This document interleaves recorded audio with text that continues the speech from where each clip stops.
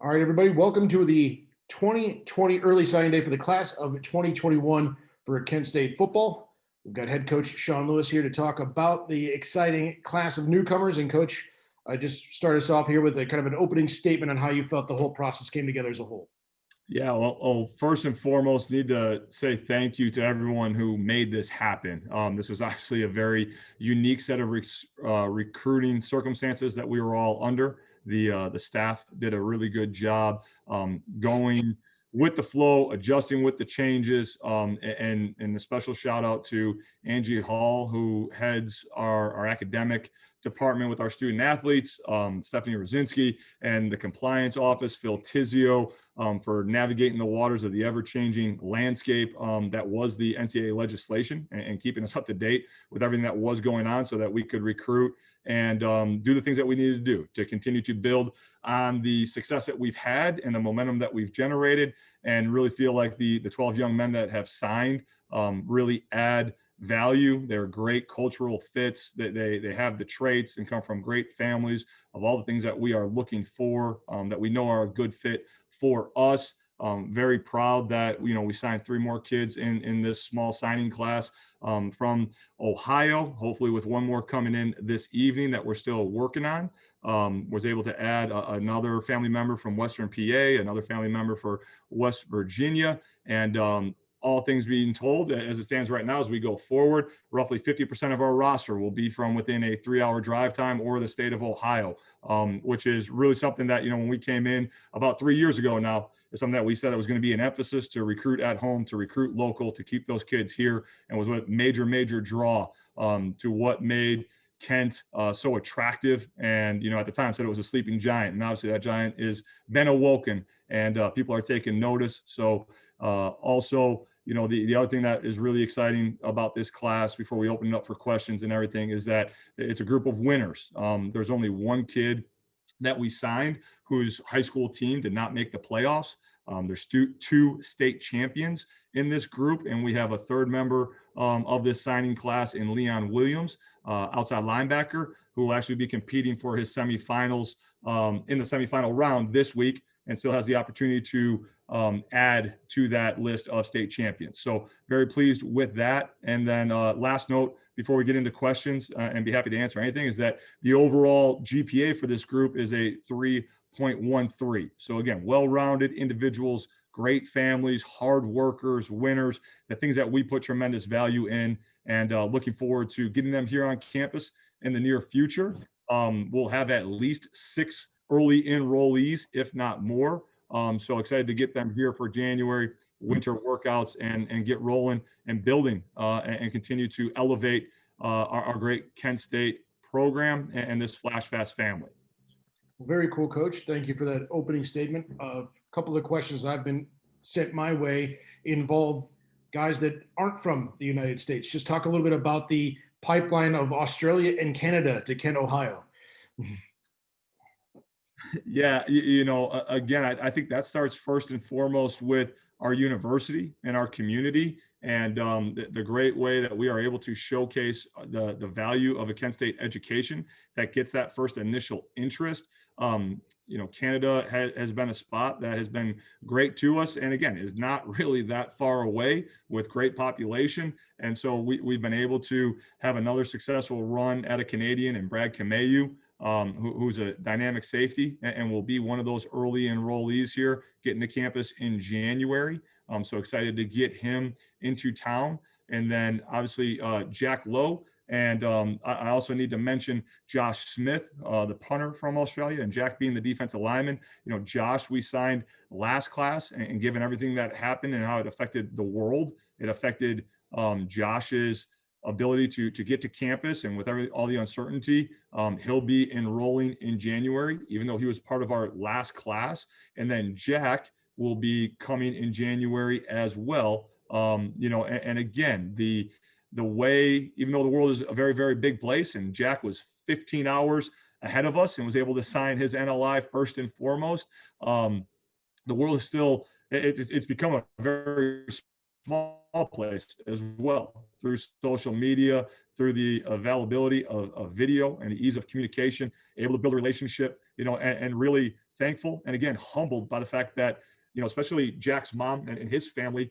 Again, they have not been to campus. It's a major leap of faith, but they are entrusting us with their baby to come all the way around the world and to help him grow and develop as a young man and chase his dream of being an American football player. So again, exciting times, and it's pretty cool to get that international flavor to our football team, which has added a lot of value to other championship teams at Kent State. And big thanks to other Kent State head coaches that have international students on their roster to help us kind of open our eyes and help us through that process of how it works with international students. And again, that's one of the things 3 years ago, you look at the championship programs that were at Kent State, we knew that we could bring that to football as well. And by everyone in the community here working together, we've been able to, again, take steps each year and believe today was another step forward to elevating the program to new heights.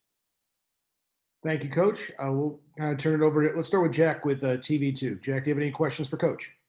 Yeah, thanks. My first question is, what were some areas of improvement you saw that needed to happen on the field this season, and how do the new recruits today help fill those holes per se?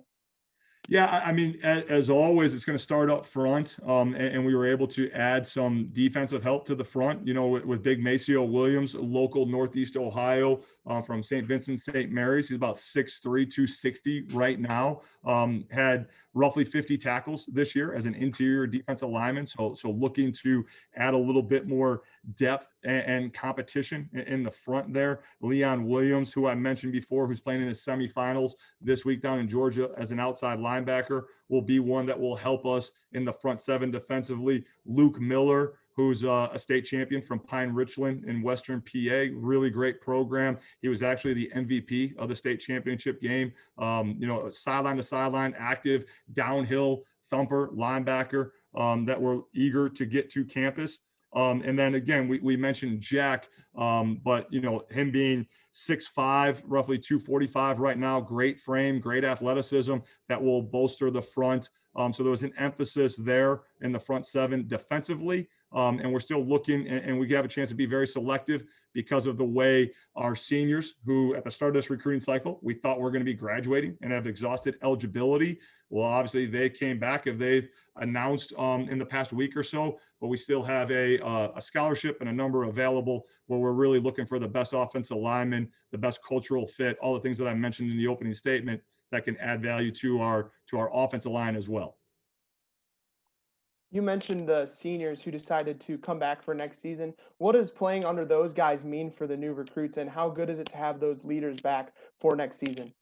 Yeah, I mean, it's huge to have those guys come back. I think it's a huge statement and action item, as opposed to words. They acted, and what they have built has become really, really important to them. The culture that they have created and that they have really taken ownership of, they don't want to let that ownership go just yet, and they want to continue to create memories together. So having those guys that have been with us since day one, have gone through the process and the growth and have learned the hard lessons and has experienced, great come from behind victories, winning 7 out of the last 8 games, to put their arms around these new guys that are coming in and show them the flash fast way and how to be the alpha and improve each and every single day, and then show up when the moment comes. Anytime you got players that have done it, that have really added value, to have them come back for another year, it's really a bonus for everyone. And I think it'll be great for these young guys to learn from their example and what they've been through. And but in saying all that too, I want these young guys to come in and compete like crazy, and that's going to help make everyone better. And then my last question is, this season was obviously cut a little bit short due to everything going on. What do you think of the overall of this season, how it unfolded, and what are your expectations, and how can you guys build on the success you had from this season? Yeah, I mean, was pleased with the small sample size that we had, but also realistic in knowing that it was a small sample size, So we're as hungry and as humble as ever. Expectations for next year have not changed. Our goals have not changed. We need to continue to grow. We need to continue to improve and improve our best daily. And it starts with our guys finishing up finals the right way this week, so we can accomplish our number one goal and graduate our young men, and be able to set them up for life. But then as we come back, it's really getting back to the things that make us, and rolling our sleeves up, getting into winter conditioning, and just hopeful with the way things are going and the way vaccinations are rolling out that we're going to be able to have a somewhat normal calendar year to work through our process, to be able to have winter conditioning, to be able to have spring ball, to be able to have summer conditioning, be able to have preseason camp, and then get to the season and truly know what we are, who we are. But we have as talented a roster as we've ever had, particularly with these additions. And I'm looking forward for us to break through and to elevate to a new level. And, expectations will be high, standards will be high. And that's the way that you want it. That's how you know you're doing things the right way. But as always, and as we talked about before the start of this year, the expectations and the standards will never be any higher than they are inside our building. Right? We grade on our goals, and that's to graduate, to retain the wheel, to win the East, to win the league, and to play in a New Year's Six bowl game. So we'll get back to work. We'll control what we can control and chase those goals relentlessly day in and day out with great effort and great focus. Alan, do you have any questions for Coach? Yeah, Coach, just kind of talk about how the recruiting has evolved since you've gotten here. Are you to the point now where you can, you're operating from more of a position of strength as far as who you can pick, and you're not, you kind of just supplementing at this point instead of really trying to fill voids? Is that the case? Yeah, I think that we have, again, from top to bottom, our roster, the 105 is probably as strong as it's ever been. And we're able to constantly and consistently evaluate the best players in our area and maybe be able to expand a little bit further than when we first were maybe year one, right? Because now we have a little bit more brand recognition, or when we go around, the Kent State logo means a little bit more because of our success, having won 7 out of the last 8 games, having the number 1 offense in the country, winning the Frisco Bowl, and all those things, maybe gets us in the door with some kids that we didn't year one, when we only had 2 wins. And I think that's really, really cool. But we're always looking for the best. We're always looking for the best fit. And we always want to create the most competition with guys who have won in high school or wherever they are coming from, and injecting that new life into our program to keep things fresh and to keep things competitive within our own building so that iron can sharpen iron and we're able to improve daily. You said before you bring in a quarterback every year. Talk about your quarterback you got this year. Yeah, so Gage from West Virginia, based off different publications, he was the West Virginia High School Player of the Year, one of the state champions that I mentioned before. I guess if you had to categorize him in some way, he's a dual threat kid. He's north of 6 feet, really good frame on him, comes from a great athletic family. His dad was a wrestler at Ohio State. So he's got some good athletic bloodlines. He was, again, raised the right way. High GPA student, will be an early enrollee, ultra competitive, great personality, and looking forward to getting around him and helping him grow and develop as a quarterback, because as a junior, he was a wide receiver and a safety primarily for his high school. And then as a senior, he converted to a quarterback. So he's a little bit raw in that regard, kind of in a way that I guess like a Colin Schlee was a little raw, because he was a 2-sport athlete and kind of, was basketball and football and wasn't one of these guys that, has a quarterback guru that he works with all the time and is a finished product. But I think his ceiling's really, really high. He's competitive as heck. He's sharp as all get out. And he's a winner, which again, at that position, winners win, as we've learned with Crum, as we've learned with Schlee being a Maryland state champion, and now Gage as a West Virginia state champion. I think it's going to be really, really good for the competitive nature of the room. And then a couple more taller wide receivers. It seems like you love to go after those guys. It's bigger targets, bigger targets, bigger catch radius, bigger bodies. And, it was one of the things that Coach Sauter puts a premium on as he's evaluating, and Coach Schrum and all of our staff. We want to have length. We're going to see good long DBs. I think about the guys that we come across and the guys that have length, and you need to have length to combat that.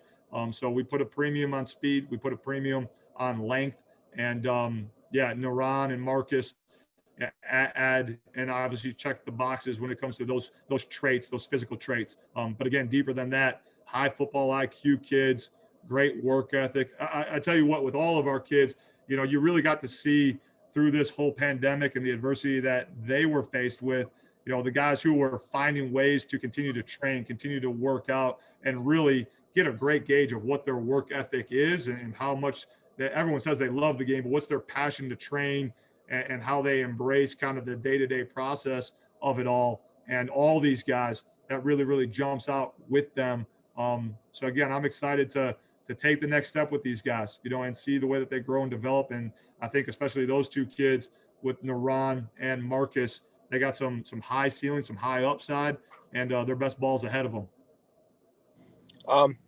Took a number of corners and defensive back type kids.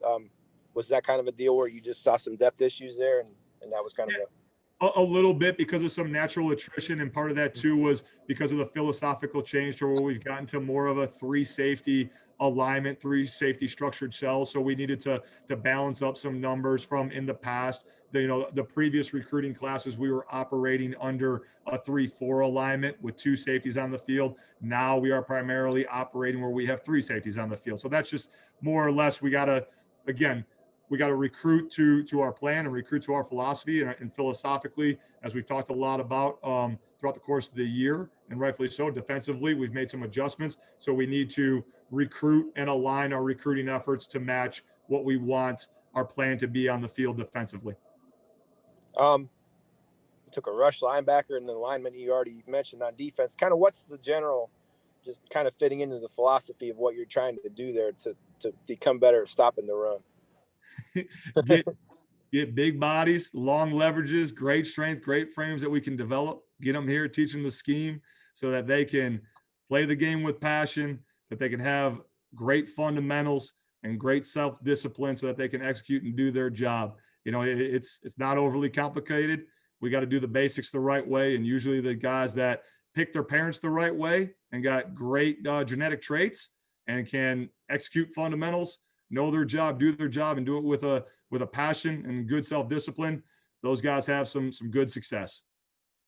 Okay, my last one, just you touched on this a little bit already, but just the momentum that you've been able to generate, it works for you in so many ways, but just talk about how different it is now recruiting compared to the way it was when you took over and using that momentum at this time of the year. Yeah, I mean, it's obviously crucial, right? I mean, there's a certain buzz about you when you've won 7 out of your last 8, when you've put up statistical numbers on both sides of the ball, really in all 3 phases that you can point to. And it goes back to, again, just kind of asking the community as a whole, whether it was recruits, it was alumni, it was boosters, it was the faculty and staff, our kids, even, almost 3 years ago to the day, asking everyone to have faith, to have some belief without evidence. Well, now the conversation is trust the plan, trust the process. And that's why I'm so eager to get back to the plan, to get back to the process, because we've proven through time that it works. So now we get to go and have that conversation. And, I think we're in a unique spot now to where we can go and we can recruit and we can outline the plan and very humbly say, we want you, but we don't necessarily need you, because there's going to be someone else that we want that wants to be a part of Kent State. And so now we really get to go and create a connection, outline our plan, present who we are. And I guess we're more presenters right now, Alan. I guess this kind of goes back to your original question too, to where how recruiting's changed a little bit, is that, we're presenting who we are. We're presenting what Kent State is, and we're presenting the level that we're going to and the aspirations that we have. And people are able to decide, hey, either that's for me or it's not. And either way, that's great. It's all good. But we want people that want to be at Kent State, and the guys who signed today and that will sign in the future want to be at Kent State. Their families want to be at Kent State. And that's because of the momentum. It's because of what our kids have done. It's what our staff has done, what the Kent community has done to create something special here. That's taken time. And to continue to take the next strides, it's going to take time. It's going to take work. So work works. Never been shy of that. I know our family's not either. And we look forward to getting back after it. Did you say you have 1 scholarship left? Did you say that earlier? We got a handful left. You got a handful left. Okay. Yep. So we're not done yet, but we're going to be patient, about what we're going to do and what the next move is. Okay. Do you know which seniors are coming back now? Is that all done deal? There's Or is still a it couple that still through the okay? holidays here, you know, their primary focus has been to finish finals the right way, get their degrees, the guys who are at that point in their journey. And there's still a handful of guys that are going to go home and have the face-to-face conversation with their families over this holiday break. And we'll know a little bit more in the future. All right. Coach, just a couple more that got passed through to me. Just look at this Zoom call. We've got a guy in his office, 2 guys at their house, and a guy in a car. So this is about as unique of a press conference as you can get. Talk a little bit about the uniqueness of countless Zooms and FaceTimes and the inability of the simple pleasures of going to recruit at a high school game. Yeah, I mean, you said it, Dan, and for everyone on the call, I mean, this is a great representation of what it is, because we've been on, you know, recruiting calls or different forms of, you know, presentations where, again, mom's on a work break and she's in the car, and the young man or the prospect might be, you know, at home taking a study break from whatever it is that he's doing. And I tell you what, we learned how to utilize a lot of different platforms, whether it was Zoom or Microsoft Teams or FaceTime, and all different ways to be creative, to showcase and to put our best foot forward and to build a relationship with people over time, which took time. And there was some major technical difficulties at times, which is about as much fun as I'm sure everyone has experienced during these fun times. But it's been a fun, unique opportunity, and yeah, just a fun opportunity to overcome. And I think the guys, again, our staff did a great job kind of hugging that opportunity close and really embracing the adversity that we were under. And we talk all the time around here, we kind of have a phrase, we say, so what, now what? Okay, so this is how we got to do it. So what, now what? Like, someone who's got some savvy with technology, help the guy out who doesn't have the savvy and the technology, and let's learn how to do this together, grow how to do it together. And the cool thing was, truly, like, you got to see the people who's you were recruiting personality, because you got to see them be maybe a little bit frustrated or share a laugh because of their technology issues. And there were some barriers that came down. So maybe you weren't right there in front of them, or right there in the school, or right there in their homes to do a home visit the way we're accustomed to. But you know what? We found a way to get it done. And I think there's some aspects of it too that, we'll probably stick around for a little bit, and more so, probably in relating and pertaining to staying connected with our own current team, which were really cool, right? Until you're forced to do something that you've never done, you don't know how beneficial something could be. So we'll assess what worked and where it has a place going forward in the future, because I think some of these avenues or these mediums have a place going forward. Well, Coach, we'll close on that. Congratulations on a fantastic recruiting class that obviously continues to grow, and we look forward to having them lace up for you in the spring, and if not, then the summer and the fall.